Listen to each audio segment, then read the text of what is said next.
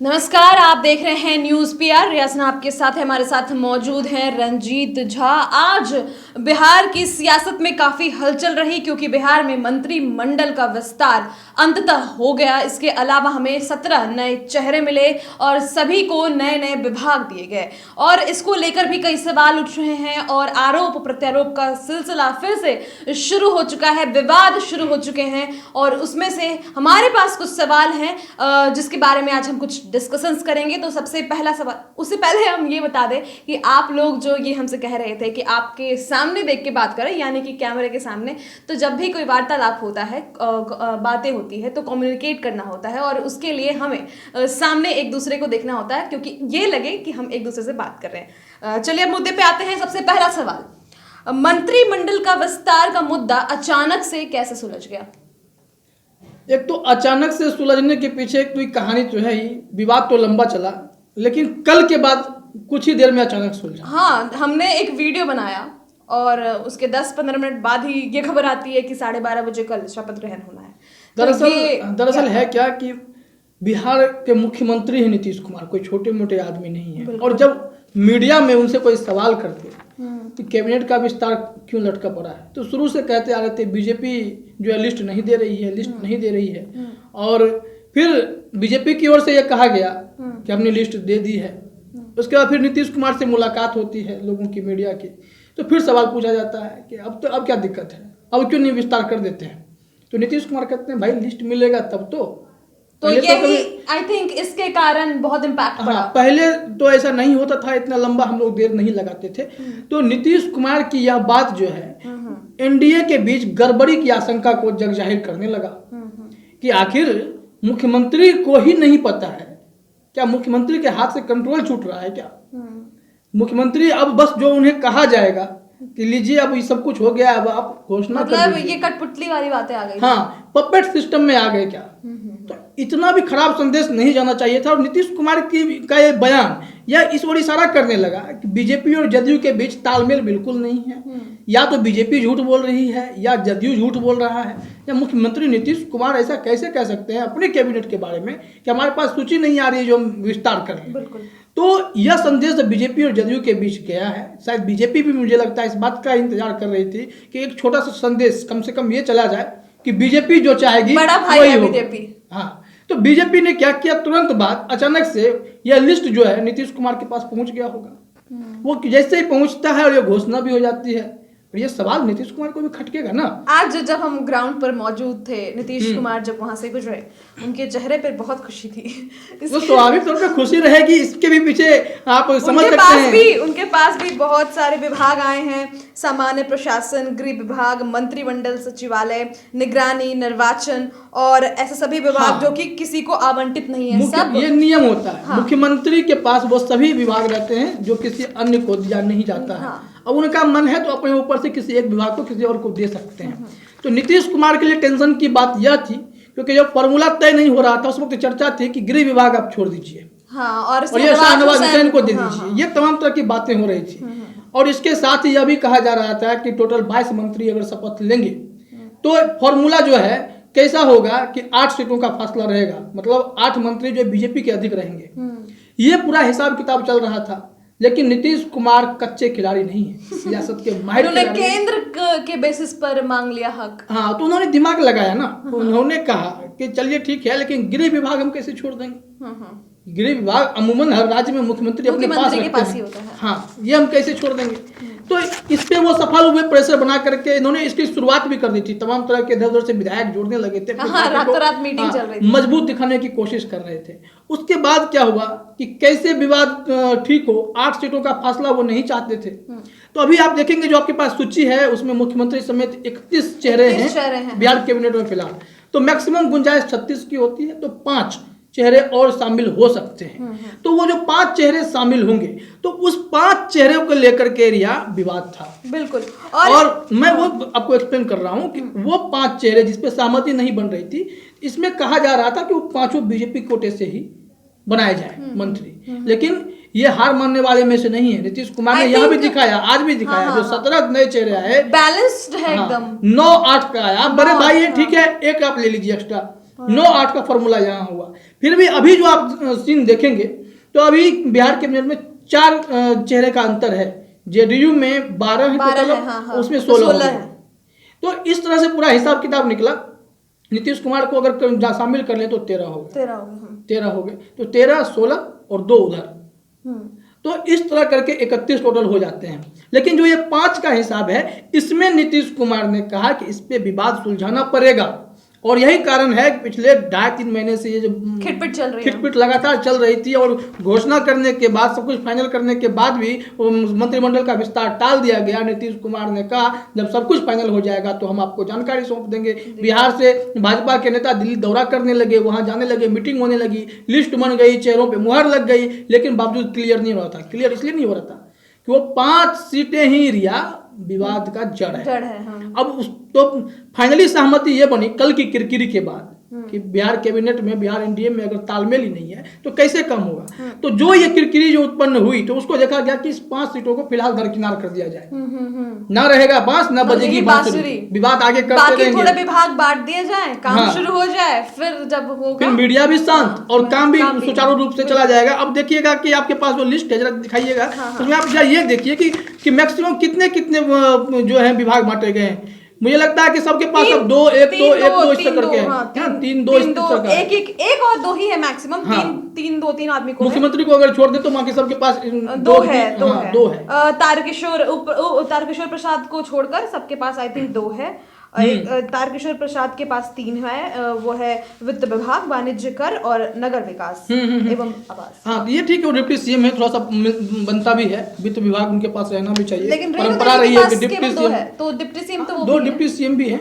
और अब देखिए, तो ये अब थोड़ा सा बोझ कम हो गया। लेकिन 5 सीटों का विवाद, हम ये कह दें कि मंत्रिमंडल विस्तार पर जो हिसाब किताब है, जो गतिरोध था, वो खत्म नहीं हुआ, उसे टाल दिया गया है कि आगे आने वाले दिनों में इसका हम लोग हिसाब किताब करेंगे, वो फिर फॉर्मूला निकलेगा। क्योंकि बीजेपी जिस जिद पर है उसे मानना पड़ेगा, तो फासला बढ़ जाएगा। तो इसी में 5 का जो हिसाब है वो 3-2 का होगा कि या 4-1 का होगा, वो अब तय करना बड़ा मुश्किल है। इसके अलावा मंत्रिमंडल विस्तार तो हो गया, लेकिन अभी भी कुछ वर्ग के लोग और कुछ नेता नाराज हैं इससे। क्यों, मतलब क्या ज़्यादा नाराजगी? देखिए रिया, इस बात को लेकर के है कि बीजेपी जिस प्लानिंग के तहत आगे बढ़ रही है, उसमें ऐसे कई पुराने चेहरे जो थे, जो इंतजार कर रहे थे, जैसे नंद किशोर यादव, विनोद नारायण झा, जो हमारे पास सूची है कुछ ऐसे लोगों की जो मैं आपको बता रहा हूँ, विनोद नारायण झा, प्रेम कुमार, राम नारायण मंडल, ऐसे ये तमाम ऐसे लोग, ज्ञानेंद्र सिंह ज्ञानू, ये ऐसे लोग थे जो इंतजार कर रहे थे। और ज्ञानेंद्र सिंह ज्ञानू ने कुछ कहा भी, हाँ, विवाद भी खड़ा किया, मैं बताता हूँ। लेकिन नंद किशोर यादव, विनोद नारायण झा, प्रेम कुमार, राम नारायण मंडल, जो ये तमाम अनुभवी नेता हैं जिन्होंने लंबा अनुभव देखा है, लगातार चुनाव जीतते आए हैं, कृषि मंत्री रहे, मंत्रालय चलाने का अनुभव है, 8 बार प्रेम कुमार जीत चुके हैं। तो ऐसे में इन लोगों को दरकिनार करके डिप्टी सीएम बनाया गया, जिनको कोई अनुभव नहीं। तारकिशोर प्रसाद, रेणु देवी जैसे लोगों को, ये वैसे समाज से मान लीजिए आते भी हैं, तो ये तमाम लोगों को दरकिनार करने की कोशिश की गई, बड़े बड़े चेहरों को। तो इसका एक गुस्सा बीजेपी के वर्ग में है। और बीजेपी के जो ज्ञानेंद्र सिंह ज्ञानू हैं, उन्होंने भी आरोप लगाए कि उपेक्षा हुई है, लोगों की उपेक्षा हुई है। जैसे मगध क्षेत्र में और शाहबाद क्षेत्र में भूमिहारों की उपेक्षा हुई है। अभी जो हमने बताया था कि भूमिहार किसी को नहीं बनाया गया, जब शुरुआत हुआ था बिहार कैबिनेट की नए सरकार की, उसमें 2 भूमिहार उसमें थे, एक जीवेश कुमार हैं और एक नाम और है विजय चौधरी, विजय सिन्हा भी हैं, वैसे विजय चौधरी, ये 2-3 लोग हैं जो भूमिहार हैं, जो रिप्रेजेंट कर रहे हैं भूमिहारों को। लेकिन जातीय समीकरण पर जब सवाल आएगा तो उस पर भी कई सारी बातें हम आपको क्लियर करेंगे। लेकिन ये जरा समझिए कि इन चीज़ों को ध्यान में रखा गया। रामप्रीत पासवान जैसे लोग हैं, दलित महादलित का फैक्टर है, ये तमाम चीज़ों को जो वर्ग की बात कर रहे हैं ना, तो बीजेपी और जदयू ने इस बार ट्रिक किया है। वो जातीय समीकरण का हिसाब जो है बराबर बराबर रखे हैं। लेकिन ज्ञानेंद्र सिंह ज्ञानू को खास करके जो बीजेपी को लेकर के टेंशन है, बड़े नेताओं को दरकिनार करना। दूसरी बात ये कि ज्ञानेंद्र सिंह ज्ञानू ने कहा है कि जो भी चीज़ वंजरे सिंह बबलू पर उन्होंने आरोप लगा दिए कि इनको क्यों बना दिया गया, हम लोगों को उपेक्षित किया गया, बाढ़ से वो विधायक रहे हैं, 4 बार जीत चुके हैं। तो ज्ञानेंद्र सिंह ज्ञानू ने कहा कि अगर ज़्यादा कुछ हुआ आने वाले समय में हम बताएंगे कि हमारे पास बीजेपी के 15 विधायक जो हमारे साथ हैं वो दल बदल देंगे। मतलब कि इस तरह के आरोप वो धमकी भी दे रहे हैं अपनी पार्टी को।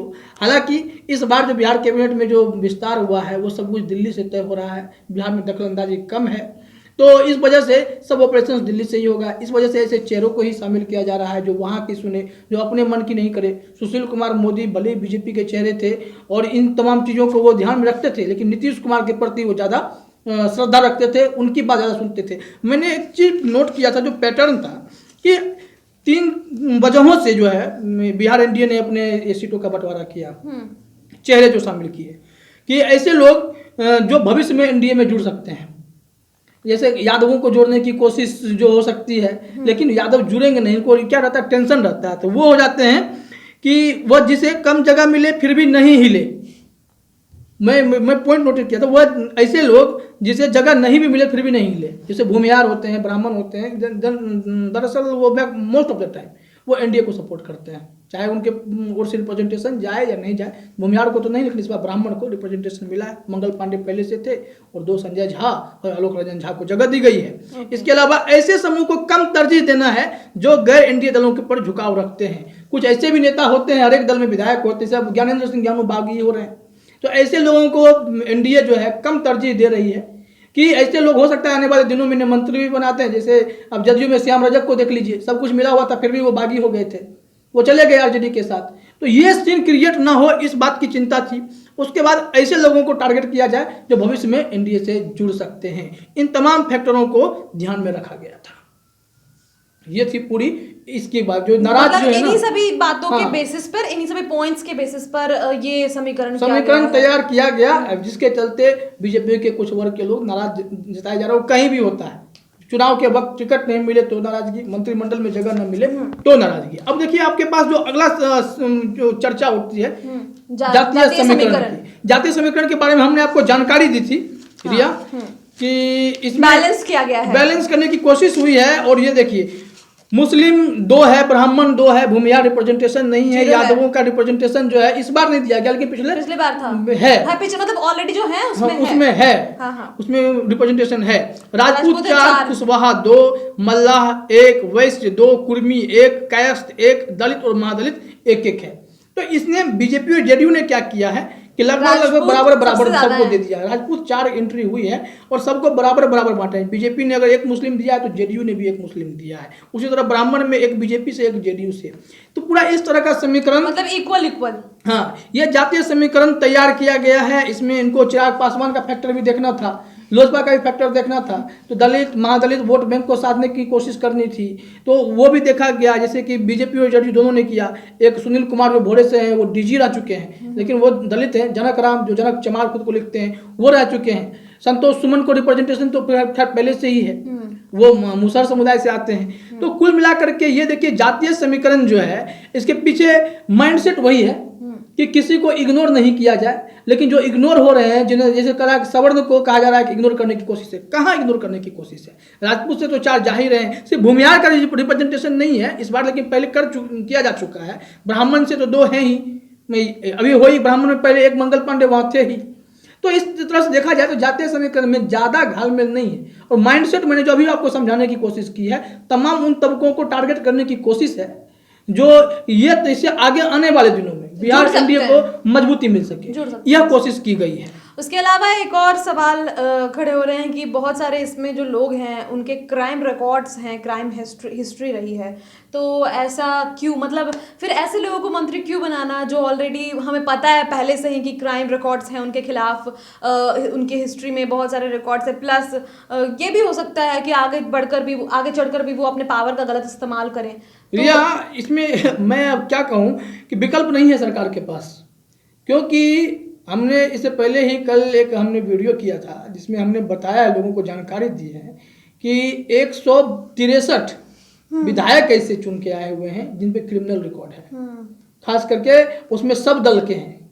मोस्ट ऑफ द जो है बीजेपी, जेडीयू, आरजेडी, सब के मैक्सिमम विधायक। अभी इस पे आरोप लग गया नीरज सिंह बबलू पे, 10-10 केस है इन पे, 10-10 फाइल किया हुआ है, चार्जशीटेड है, ये है वो है, लेकिन कोई दूध का धुला नहीं है। बहुत सारे लोग जो हैं इसमें, अब जमा खान पे भी आरोप है, उन पर भी केस है। तो इन तमाम लोगों पे तो क्रिमिनल वाली जो बात है, क्रिमिनल बैकग्राउंड की बात है, क्राइम तो है, महिला पे अपराध, हत्या, लूट, किडनैपिंग, तमाम तरह के जो है अटेम्प्ट टू मर्डर, ये तमाम तरह के बट ये केसेस जो हल्की है बातें नहीं है और इसको सबसे इग्नोर किया जाता है आई थिंक। इग्नोर। देखिए बहुत हद तक क्या होता है, बहुत लोग क्रिमिनल बैकग्राउंड से वाकई हो जाते हैं, कुछ लोगों पे जो है चार्ज लगाए भी चले जाते हैं, आरोप रहता है, क्योंकि आरोप वो सिद्ध होता नहीं रहता है। तो वो जब भी वो एफिडेविट देंगे तो वो चीज उन्हें जिक्र करना पड़ेगा, क्योंकि ये चुनाव का प्रावधान है। निर्वाचन आयोग ने कहा है कि आपके पास कोई जानकारी है तो आप साझा कीजिए, छुपाइए मत, क्रिमिनल बैकग्राउंड है तो। वैसे भी आप कोई जॉब करने जाते हैं तो आपको भी थाना से जो एनओसी लेना ही पड़ता है कि आप लेकिन जो क्रिमिनल बैकग्राउंड नहीं कितनी है। बड़ी मतलब अजीब सी बात है ना कि अब आपको सरकारी नौकरी नहीं मिलेगी अगर आप चार्ज सीटेड है तो, लेकिन आपको सरकार चलाने का मौका मिल जाएगा, आप चार्ज सीटेड रहें चाहे आप। तो सबसे बड़ा सवाल है ना, अभी जो विधानसभा अध्यक्ष शताब्दी समारोह के दौरान उन्होंने कह दिया कि अब अपने अपने घर के आगे लिखिए कि आपका घर जो है नशा मुक्त है, दहेज प्रथा से मुक्त है, बाल विवाह से मुक्त है और क्रिमिनल रिकॉर्ड आपके परिवार में और आपका किसी का नहीं है। सबको मैंने लिखा था कि आप सब विधायकों को लिखना पड़ेगा हाँ मैं क्रिमिनल हूँ, क्योंकि 163 विधायक अगर ऐसे होंगे तो सरकार तो यही चला रहे हैं, ये लॉ मेकर हैं, कानून की व्यवस्था ये तय करते हैं, व्यवस्था प्रशासन को करना होता है, लेकिन जो विधायक हमारे हैं लॉ मेकर्स जो हैं वो यही काम कर रहे हैं। इसी बात पे कोई शक नहीं है कि बिहार इतना पीछे क्यों हो चुका है। तो हमने सारी बातें सारे सवालों की जवाब खोजने की कोशिश की, आपके समक्ष रखा। आप क्या सोचते हैं आप कमेंट कर सकते हो, और उम्मीद है आज हमने आपसे ज़्यादा नजरें मिलाई हैं। तो आज के लिए बस इतना ही, धन्यवाद। धन्यवाद।